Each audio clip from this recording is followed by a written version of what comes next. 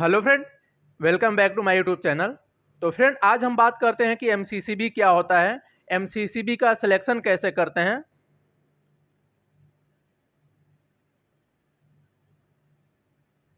How to select MCCB. किसी भी load के लिए, हमारा जैसे मोटर हो गया, उसके लिए कितने एम्पियर का हम एमसीसीबी लगाएंगे और ये एमसीसीबी किसके अगेंस्ट प्रोटेक्शन देता है, इसके बारे में आज बात करेंगे। एमसीसीबी का एप्लीकेशन कहाँ कहाँ होता है, इसके बारे में बात करेंगे। इसके अंदर प्रोटेक्शन क्या क्या होता है, ये भी हम बताएंगे। और ये एमसीबी से अलग क्यों है, एमसीसीबी जो है ये एमसीबी से अलग क्यों है, सारा जो कॉन्सेप्ट है वो मैं क्लियर करने वाला हूँ। बस आप वीडियो को लास्ट तक बने रहिए, लास्ट तक देखिए, आपको ए टू जेड यानी जो भी कंफ्यूजन है वो सब दूर हो जाएगा। तो एमसीसीबी की कंसेप्ट ही क्यों आया। आप ये सोचेंगे मन में ये चलेगा कि एमसीबी हम नहीं लगा सकते हैं, तो एमसीबी भी लगा सकते हैं, लेकिन एमसीसीबी का कंसेप्ट ही क्यों आया। तो फ्रेंड, इसका जो कंसेप्ट आया ऐसा है कि यानी सबसे पहले क्या होता था कि हमारा पहले फ्यूज इस्तेमाल होता था। फ्यूज, तो फ्रेंड फ्यूज यदि बाई चांस हम किसी लोड में लगाए हुए हैं, तो फ्यूज यदि जैसे बर्न हो गया या तो फिर ज़्यादा ओवरलोड होने के कारण जल गया, तो उसको क्या होता है कि उसको चेंज करने के लिए हमें फिर से रिवायर करना पड़ता था। यानी फिर से उसे हमें क्या करना पड़ता था, यानी वायर डालना पड़ता था, जिसके लिए पूरा पावर बंद करना पड़ता था और हमें क्या करना पड़ता था, पूरा शटडाउन लेके हमें उसका चेंज करना पड़ता था। तो उसमें टाइम ज़्यादा लगता था। जो फ्यूज होता था, पहले जो फ्यूज इस्तेमाल किया जाता था। फिर उसके बाद आ गया अपना एमसीबी। एमसीबी यानी miniature circuit breaker. Miniature circuit breaker friend क्या है कि ये जो है 0.5 से लेके 63 एम्पियर तक अवेलेबल होता है।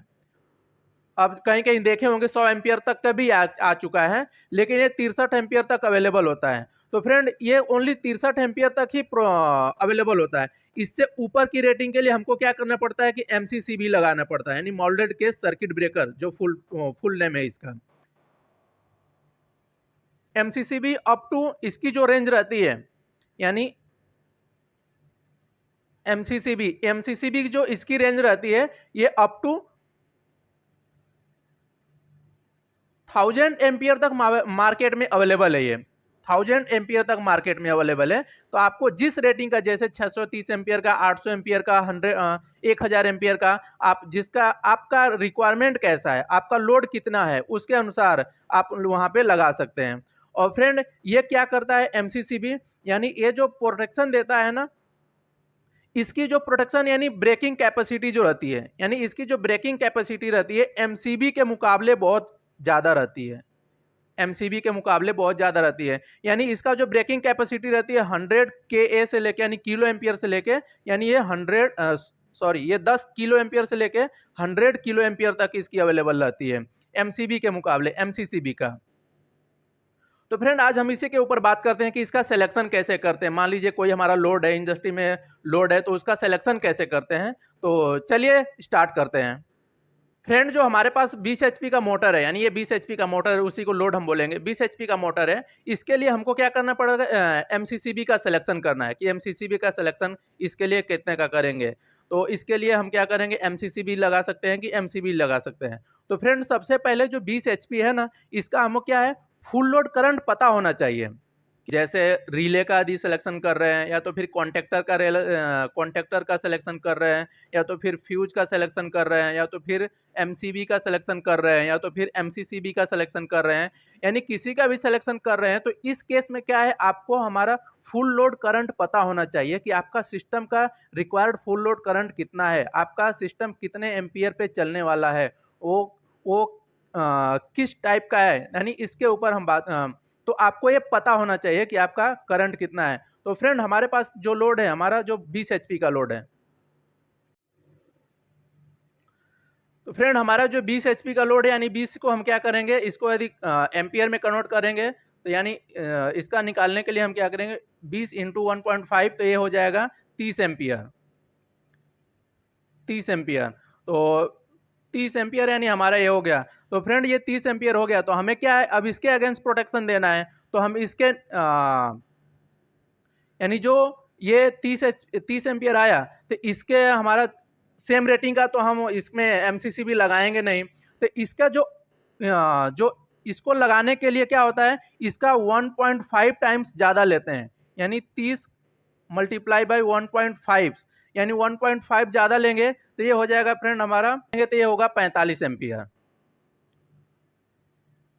45 एम्पियर। तो फ्रेंड ये 45 एम्पियर हमारा आ गया, तो हम क्या कर सकते हैं, इसका सेम रेटिंग का तो एमसीसी भी लगाएंगे नहीं, सेम रेटिंग का एमसीसी भी लगाएंगे नहीं। हम इसके लिए क्या करेंगे कि इसके अगला स्टेप में जो एमसीसी भी आएगा, मान लीजिए हमारा क्या है 63 एम्पियर है और 100 एम्पियर का आता है, 100 एम्पियर का आता है, तो फ्रेंड हम इसके लिए क्या करेंगे, 63 एम्पियर का सुटेबल मान लेंगे, यानी 63 एम्पियर का हम एमसीसी भी इसका मेन पे लगा सकते हैं।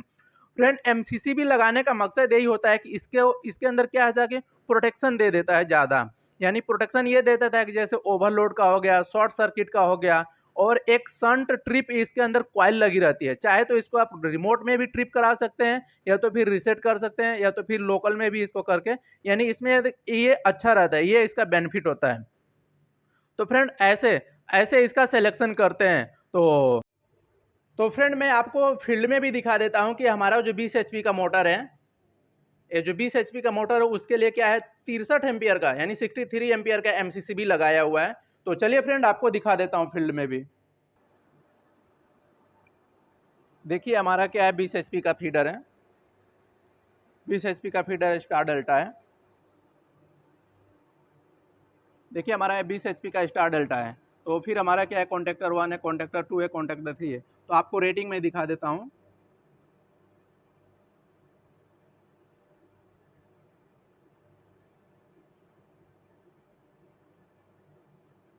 देखिए फ्रेंड हमारा क्या है 63 एम्पियर का लिखा हुआ है। फ्रेंड ये आपको यदि जानना है कि यानी ये 1.5 कहाँ से आया, ये 1.5 मैंने कहाँ से लिख दिया, यदि मैं इसको पूरा बताऊं तो वीडियो बहुत बड़ा हो जाएगा, इसके लिए मैं शॉर्ट में बताया। तो यदि आपको जानना है कि ये 1.5 कहाँ से आया तो आप हमें कमेंट करके बताइए, तो इसके ऊपर मैं एक सेपरेट वीडियो बना दूंगा। और फ्रेंड आपको मैं ये बता दूं कि जैसे किलोवाट निकालना हो किसी भी एचपी का, तो आपको 20 एचपी, सपोज दैट 20 एचपी दिया हुआ है, तो 20 को आप क्या करेंगे 1.5 से मल्टीप्लाई करेंगे तो ये कितना आ जाएगा 30 आ जाएगा। जो 30 ये आया है, 30 को क्या करेंगे 2 से डिवाइड कर देंगे, 2 से डिवाइड कर देंगे तो ये करीब 15 किलोवाट आ जाएगा। आप किसी भी मोटर का कैलकुलेट करके देखिएगा, आपको ये फार्मूला अपनाइएगा, ये वाला फंडा, यानी एचपी को क्या कीजिएगा 1.5 से मल्टीप्लाई कीजिएगा, 1.5 से जो मल्टीप्लाई करने के बाद आएगा यानी उसको 2 से डिवाइड कर दीजिएगा, आपका किलोवाट निकल के आ जाएगा।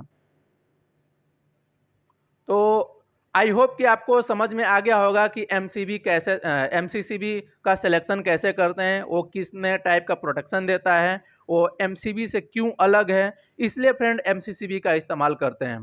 तो फ्रेंड हमारे वीडियो देखने के लिए धन्यवाद। आपसे रिक्वेस्ट है कि यदि हमारे चैनल को पहली बार देख रहे हैं तो हमारे चैनल को सब्सक्राइब कर दीजिए, लाइक कर दीजिए और दोस्तों के साथ शेयर कर दीजिए।